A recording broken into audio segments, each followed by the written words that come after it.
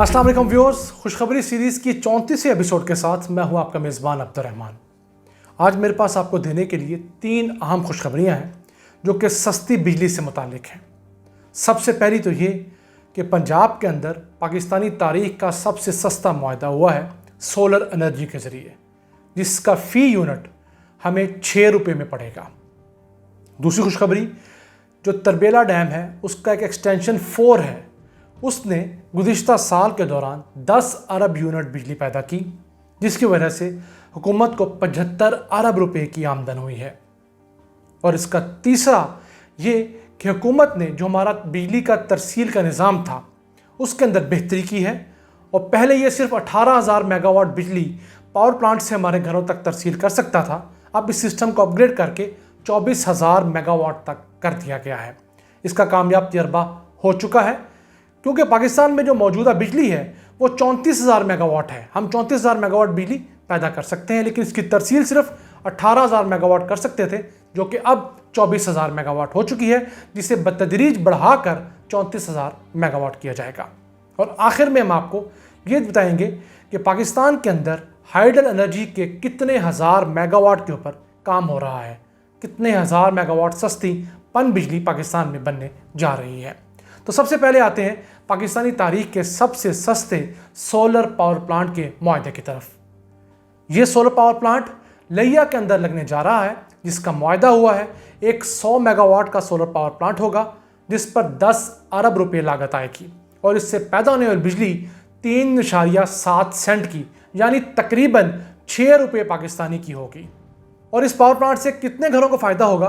तो इस एक पावर प्लांट से 17,000 घरों को फ़ायदा होगा।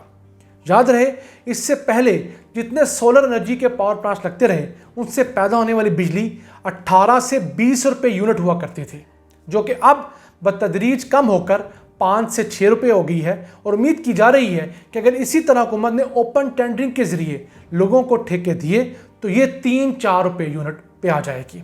और हमें ये भी चाहिए कि हम में से जो लोग पाकिस्तान में अफोर्डिंग हैं, जो अफोर्ड करते हैं, वो 2 से 3 लाख रुपए का एक सोलर प्लांट अपने घर के छत पर लगवा सकते हैं, जिससे अपने घर की 50 से 60% बिजली वहाँ से मुफ्त हासिल की जा सकती है, जिसमें आपके घर के तमाम पंखे, घर के कूलर, आपके घर की तमाम लाइट्स और किसी हद तक फ्रिज भी चल सकती है। हाँ, एसी के लिए आपको निस्बतन बड़ा प्लांट चाहिए होगा, वो भी लग सकता है, लेकिन उसकी कीमत 5 से 6 लाख रुपए तक होती है। इसके लिए हम एक वीडियो बना चुके हैं, जो कि आप डिस्क्रिप्शन में देख सकते हैं, और इसका थंबनेल भी आप स्क्रीन पर देख रहे हैं। पंजाब में एक डेवलपमेंट ये हो रही है कि पंजाब हुकूमत पंजाब के 15,000 सरकारी स्कूलों को सोलर पर शिफ्ट करना चाहती थी, जिनमें से 8,000 को सोलर पर शिफ्ट कर दिया गया है, जबकि बकिया 7,000 के ऊपर काम जारी है। इसके अलावा 60 के करीब सरकारी यूनिवर्सिटीज़ ऐसी हैं जिनको सोलर पर शिफ्ट किया जा रहा है बतदरीज, जिनमें सरफहरिस्त यूईटी लाहौर है, जिसने 1 मेगावाट का एक प्लांट लगा लिया है, जिससे उसको सालाना 17 करोड़ रुपए के बिजली के बिल की बचत होगी। इसी तरह प्राइवेट सेक्टर भी आगे आ रहा है। यूसीपी, उसने भी आधे मेगावाट का पावर प्लांट लगाया है। उससे ना सिर्फ उनका बिजली का बिल कम होगा, बल्कि जो CO2 कार्बन डाइऑक्साइड हमारे यहाँ तेल जलने से हवा में शामिल होती है, उसमें भी कमी वाक़ई होगी।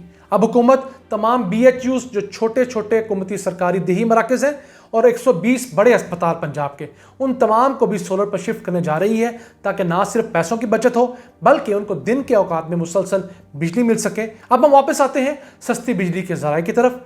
तो दूसरी अहम खुशखबरी ये है कि तरबेला डैम के अंदर एक एक्सटेंशन 4 का प्रोजेक्ट लगाया गया था। यानी तरबेला डैम की 5 सुरंगें थीं, जिनमें से 3 सुरंगों के ऊपर तो पावर प्लांट्स लग चुके थे, चौथी के ऊपर भी पावर प्लांट लगा, और उसने गुज़िश्ता साल 10 अरब यूनिट सस्ती बिजली पैदा की है, जिससे वापडा के लिए 75 अरब रुपए की आमदन हुई है। और अगर यही बिजली हुकूमत इंपोर्टेड तेल, इंपोर्टेड गैस से पैदा करती तो हुकूमत को 100 अरब रुपए ज़्यादा लगाने पड़ते। यानी कुल मिलाकर हुकूमत को तरबेला एक्सटेंशन 4 से 175 अरब रुपए का फ़ायदा हुआ है। ये फ़ायदा होता है पन बिजली का, पन बिजली के मंसूबों का। ये मंसूबा जरदारी साहब के दौर के अंदर इसकी तमाम पेपर वर्क मुकम्मल हुआ। नवाज शरीफ की हुकूमत आई तो उन्होंने इसका आगाज़ किया, और नवाज शरीफ की हुकूमत के अख्ताम पर, यानी तकरीबन मार्च-अप्रैल 2018 में ये मुकम्मल होकर इसने कमीशनिंग शुरू कर दी, और अब जाकर इसने अपनी पूरी कैपेसिटी अचीव की है।